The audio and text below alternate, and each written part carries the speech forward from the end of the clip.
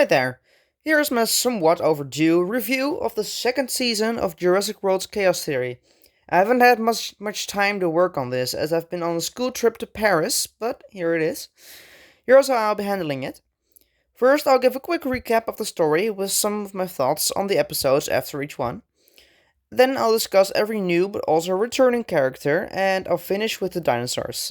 Also, this took an insane amount of time to make, man. Watching the season multiple times to get a good grip of the story and the characters, writing an entire script, obviously recording it all, then finding the right screenshots and clips from a commentary, and finally editing it into a video. So please, if you enjoyed this at any moment, please leave a like and comment what your rating of the season is, along with your favorite moment in the show.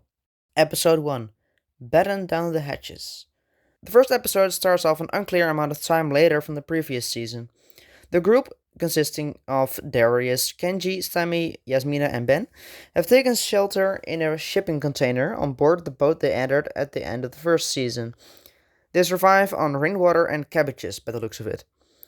They play games by calling out the dinosaur's name after they hear a roar, but there's one that they can't seem to recognize. When Kenji goes out by himself, therefore risking being seen by crew members of the ship, he overhears the radio in the captain's office and finds out that Mateo, who was the truck driver from the first season, has successfully shut down Caballero's entire dino dealing business. He also hears that the boat is headed upriver. Then the group gets caught by a crew member and the captain considers throwing them overboard, but when the ongoing storm worsens, they are allowed to stay and help. It is now revealed that a Majungasaurus, after killing his roommate, has escaped its container. After Darius leads it away with a recorded Majungasaurus roar, the boat tilts and the dinosaur slides right back into its holding pen. The cage containing Bumpy's egg, along with several others, falls into the water. Kenji jumps in, going after it. The rest of the group is then allowed to use the lifeboat in order to rescue him and the eggs. They drift at sea for a while, until they find land. Ben then gets a notification on Brooklyn's phone from Dark Jurassic. It is a warning video from an activist group called Dinosaur Liberation Now, the DLN. They strive for dinosaurs having their freedom back, and thus they go around North America and free dinosaurs from their captors. Whilst looking at the video, Ben sees what looks to be Brooklyn in the background, but then the battery dies and the episode ends. Episode 2, The Marooned Five. Dawn arrives and the group arrives on shore. They've arrived in Senegal, close to a family's farm. There are Stegosauruses close by, and they decide to guide them away in order to save the farm from being trampled. It later becomes clear that the dinosaurs were meant to be there, so they could protect the people from other dangers. These people include Aminata and her 14-year-old daughter Zayna. Zayna's father is said to be working on an investigation on how the dinosaurs arrived there in the first place. They also have adopted a Gallimimus and raised it there. It's been named Geba. When he and Zayna run into Darius and Kenji, Zayna is hesitant to trust them. All the while, Sammy and Yazmina go to the farm to warn the people of the dinosaurs' presence, but find out that the family has a special relationship with these Stegosauruses. They sense something else approaching. Then a Suchomimus appears, and they quickly find cover. Meanwhile, Aminata and Zayna run towards the Stegosaurus herd, and then this happens. That's got to be the best part I've ever seen. So it would seem.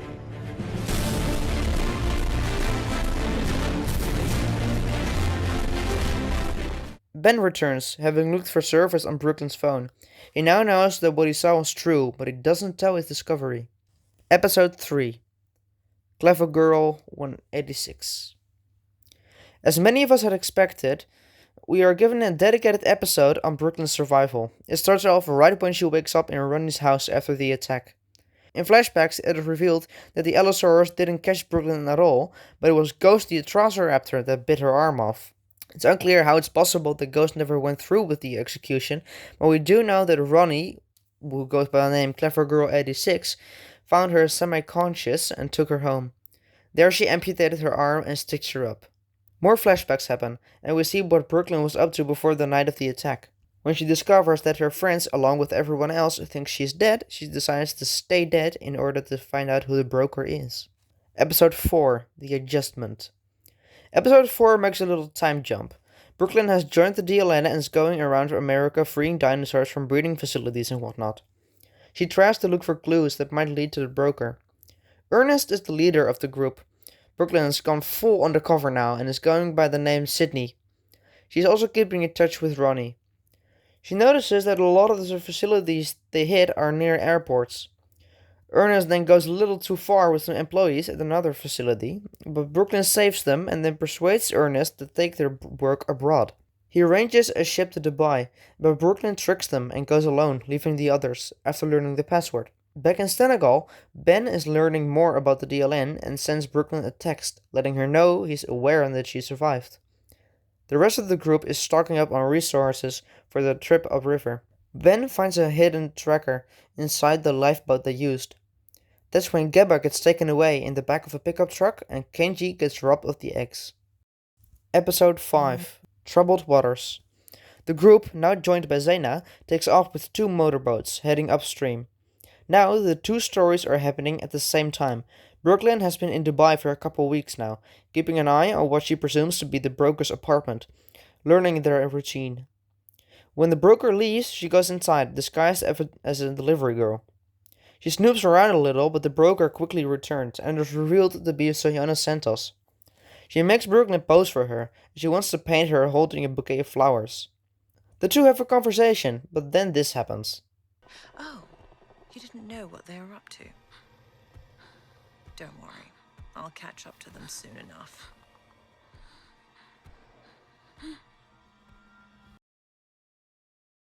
You've got paint on your lapel. What?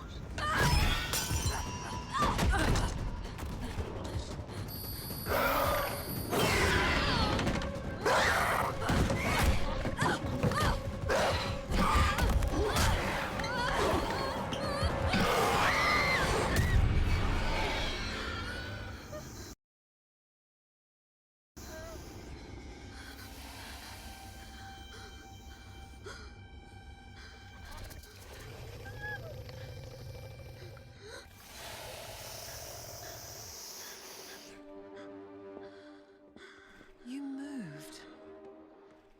Man, this is so freaking sick. Brooklyn narrowly manages to escape. Back in Senegal, Ben gets a call from her. She tells him to keep her being alive a secret and to stay away, and then deletes her account. Episode 6 Up the River. When the group carries on upstream, they get attacked by a hippo, which relentlessly attacks one of their boats. Brooklyn's phone then gets swallowed by it, but then they move to deeper waters and it doesn't follow. Darius tries to speak with Kenji, while Yazmina tries to get Ben to talk about what he saw on the phone. When Sammy discovers dead bodies at Zayna's uncle's place, the Suchomimus appears and chases them into the water. When the hippo also shows up again, the 2 beasts get locked into a death battle. Yazmina gets knocked unconscious and accidentally gets left behind. In Dubai, Brooklyn decides to block Ronnie's account and go all in. She waits for Soyona in her apartment. She's much more prepared this time and has already taken her laser pointer that controls red. She gives Soyona a business proposition, telling her that she wants to learn from her. In return, she will help her find the rest of the Noodler 6. Soyona accepts and lets her stay for the night, which, like, why Brooklyn could still easily sneak out and gather more evidence, not to mention steal her laser pointer again and kill Soyona, but alright. Episode 7 All Night Long. Yazmina wakes up under a tree and finds out that the Sucho was the victor. She manages to hide from it, but then runs into the same Majungasaurus from the boat. When the others return, they run onto land and meet Yaz, while the Majungasaurus is chasing her. The Sucho emerges from the water and they manage to escape from the chaos. Oh yeah, and the Suchomimus loses to it. They see a small branch of the river and decide to follow it, presuming that the boats carrying the dinos went up there too. I will say this, it was a part of the episode that I really didn't like. I mean, predators are known for being slouchy and pretty chill when they've just eaten, so it chasing after Yazmina and later willingly fighting the Majungasaurus, which by the way was way too big in comparison, was a bit too much. Brooklyn manages to send Ben a voice message, warning him that Soyona and her are heading towards them. Episode 8, Lab Partners Part 1. After seeing this large satellite tower in the distance, the group heads towards it. But to their surprise, they only find a small chicken farm. Oh my goodness! Are those not the cutest chickeny chickens ever? Too bad they're not dinosaurs. You know, the thing we came to find. You tripping, bro. You tripping. After searching the farm, two tied-up Monolophosaurus appear. When they break free from their chains, they chase the group underground. Ben and Kenji get separated from the others. They all find themselves in a large underground facility where people have been breeding more dinosaurs and other creatures. After Sammy, Darius, Yazmina, and Zayna hear a loud scream, Captain Lang comes running towards them. Red is following closely behind. They all try to climb down a set of ladders that leads into a sort of arena. The captain is the only one to get snatched by the raptor. The rest falls into the large, circle-shaped hole. After the raptor has lost interest, they try to get to the ladders again, but they get interrupted by a Baryonyx that has emerged from one side of the arena. It doesn't quite notice them at first, but then when they make a sound, it reacts immediately. Then we see that the creature literally has no eyes, which makes it extremely reliant on its hearing and smell. After a tense few minutes, a large container gets lowered into the arena, releasing Geba. Sammy, Yaz, and Zayna push him back into the container and prevent him from making too much noise. Darius hangs on to the side of the container, but then falls off and gets murked by the Baryonyx. Yeah, right, you wish. Kenji and Ben both find the same room, but both at different sides of one-way see-through glass. I don't really know how that works. Brooklyn walks in and talks to Ben, all while Kenji is watching from behind the glass. When she leaves, he sets the panel so that it's see-through from both sides. Ben is shocked as Kenji starts accusing him. Episode 9, Lab Partners Part 2. Brooklyn and Soyona arrive in Senegal. They arrive a little bit before the others did, so in a sense, it's a flashback. Captain Lang welcomes Soyona at the site. The three of them go down into the bunker to meet Dr. Sarr. Brooklyn secretly takes pictures of the facility while Soyona speaks with Dr. Sarr. He talks about his discoveries and how great they are. He says he will erase the genetic code from the eggs he got delivered and rewrite it in the way that he sees fit. Then, Soyona feels that Lang has failed her enough times, and sends Red after him. Brooklyn manages to enter a control room of some sort, and sees her friends on one of the monitors. She lowers a container down into the pit, and is successful in saving them. Yes, even Darius. Soyona and Dr. Sarr enter the room housing the Baryonyx's cage. Now, Darius, Sammy, and Yes get to see Soyona and, more importantly, Brooklyn. Dr. Sarr introduces his Leucistic Baryonyx to Soyona, who wishes for him to produce these kinds of animals on a consistent basis. He refuses, as he merely wants to experiment with genetics. When Soyona asks him again where the operations crew is, he reveals that he had enlisted them to help train the Baryonyx. He finds that the animal has developed a taste for primates, which is just sick, dude. This guy literally fed his entire crew to one of his science experiments. A true mad scientist. And with a quick turn of events, he and Soyona get into a tussle right near the edge of the pit. He falls down, and Brooklyn saves Soyona from falling as well. The Baryonyx chases Dr. Sarr down the path it originally came from. Soyona, now fully trusting Brooklyn, gives her the task of collecting the eggs from the observation room. When she gets there, Ben is there too, and they argue about them being there when they shouldn't. Red, Soyona, and Brooklyn head back outside. Episode 10, Reunion. Kenji and Ben are left in the observation room. As to be expected, Kenji is furious, but luckily he sees the greater picture, and he and Ben leave to find the others. Darius, Sammy, Yazmina, and Geba follow the path Brooklyn took. Dr. Sarr finds Soyona and Brooklyn, and signals the Baryonyx by snapping his fingers to attack them. Soyona sends in Red to engage, while she and Brooklyn make a run for it. Red then hesitates to charge towards the much larger animal. She stops in her tracks and looks at Dr. Sarr. Sarr keeps snapping his fingers to command the Barry to move forward. And then, in perhaps the wildest, most baffling, most chilling moment in the show, Red starts to click her tongue. First, you don't really think much of it. Is it trying to communicate with the Baryonyx, like the Indominus Rex did with the Velociraptors? Then it hits you. She's mimicking the clicks given by Dr. Sarr. The Baryonyx starts getting confused, getting different commands from different angles. It then slowly moves its attention to Sarr, which starts to get nervous himself. Red keeps on clicking her tongue, now moving alongside the Baryonyx and towards Sarr. Then they both charge and run after the doctor. Soyona and Brooklyn enter the control room, and Soyona watches Dr. Sarr get mauled by the two dinosaurs. The friend group, now all together again, is also visible on a camera. Soyona turns off all the lights as she wants to give the Baryonyx an advantage over them. After a tense session of hide and seek, Soyona calls for Red to return to her. Brooklyn runs back inside and turns on the fire alarm, which disorients the Baryonyx enough for them to escape. After Soyona leaves the building, she blows the entire compound. Ben and Kenji find a car and drive after them. Zayna's father also arrives on site and gives the others a ride. Kenji and Ben crash and simply run after the car. The others follow by foot as well, leaving Zayna and her dad behind. Soyona tells Brooklyn that she is partnering with Biosyn, which convinces her even more that she needs to keep going and stay undercover. The rest of the group catches up and tries to convince her to come with them. She refuses, and the plane takes off. And that's the entire season. Now, for the new characters, Soyona Santos. When Soyona made her first appearance in Jurassic World Dominion, most of us thought of her as an over-the-top James Bond-esque villain. She worked for Louis Dawson and wanted to transport the Atrociraptors, but that's really all we knew about her. In Chaos Theory, she's a much better character. As Brooklyn said herself, she's ruthless.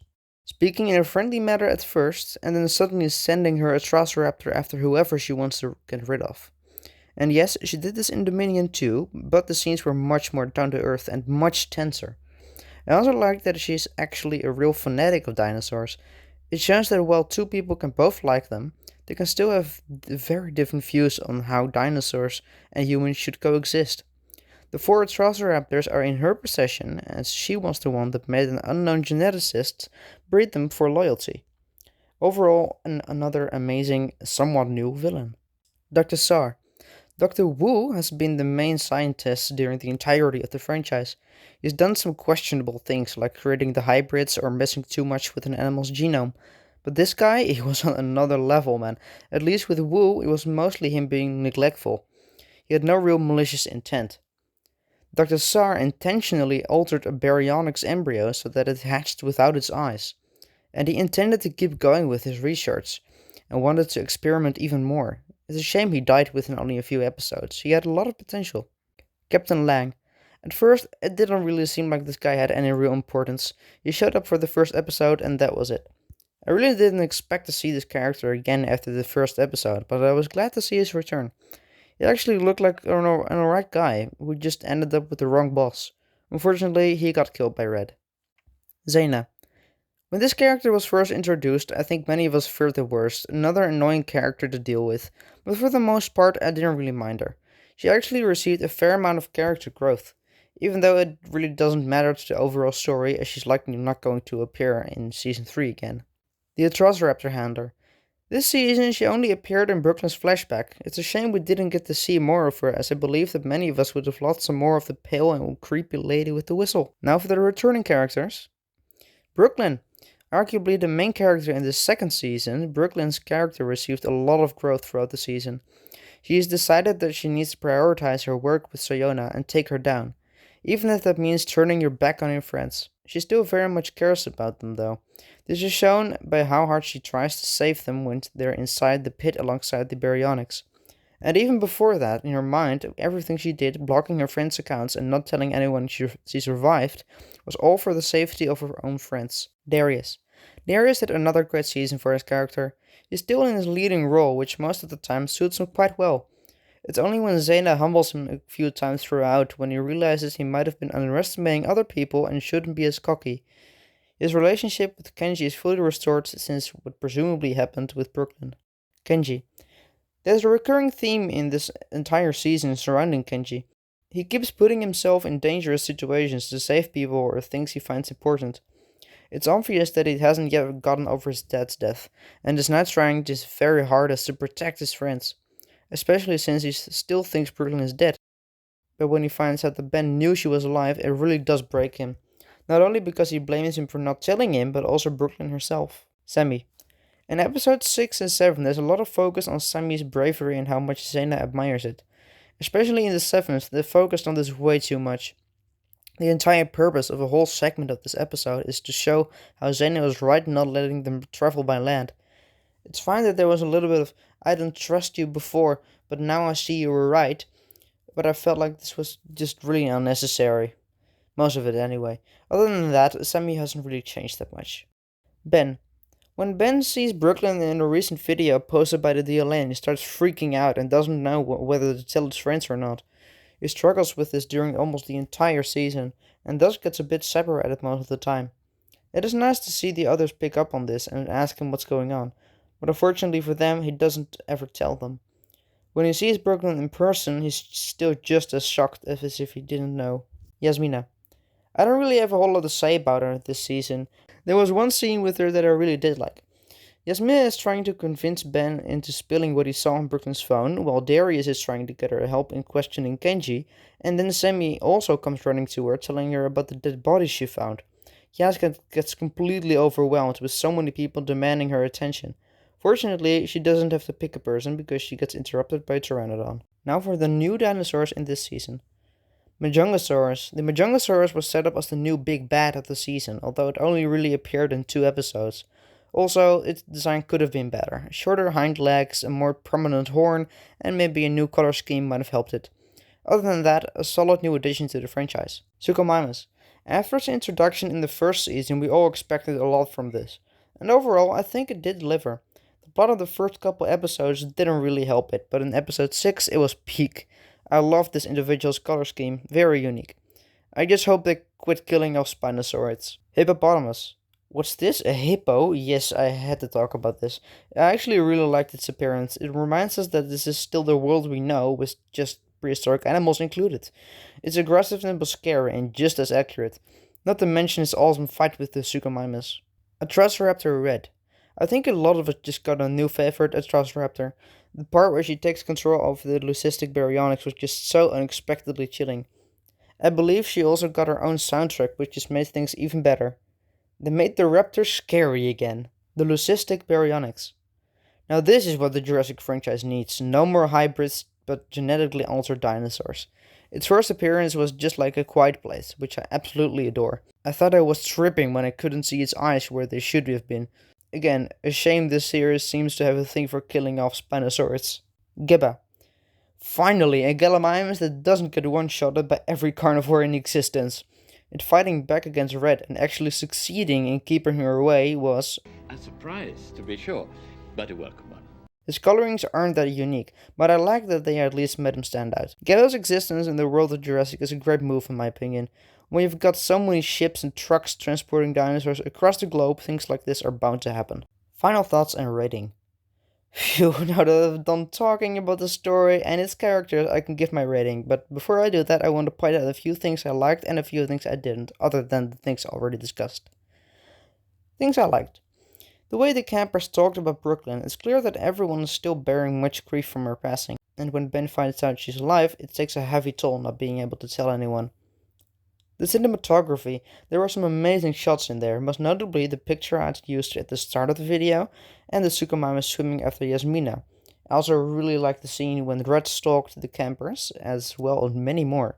The references to previous seasons, there was no shortage of these either. Well, some, in my opinion, were a bit unnecessary and just there to provide a corny joke. There were others that really reminded us that these aren't the same kids from Camp Cretaceous. Now were things I didn't quite like. The pacing was a bit off at the start. The first 4 episodes were very low paced and not a whole lot happened. I get that they needed to set up a few things, but I think they could have made them a bit more interesting.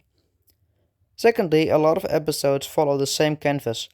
The group is traveling to some place, an animal appears, they get away or scared off, some character interactions happen and they set up a plan, then another animal appears, they get away again, and then some grand discovery takes place. It was just a bit predictable. Alright, I've left you hanging long enough. I'll give this season a 7.5. After watching it the first time, I settled on a 7, but after rewatching it, I appreciated it more. I still feel that the first season is better overall, as it has better pacing and it very much leaves you in the dark. It's just the last couple episodes that made season 2 jump up a little. And there you have it, my very own review of Chaos Theory Season 2. As I said before, this video took an insane amount of time to put together. The script alone is almost 4,500 words. I really hope you enjoyed it. Please leave a like or write a comment telling me how you would rate the season. Subscribe if you haven't, and I'll see you all in the next one. Bye bye.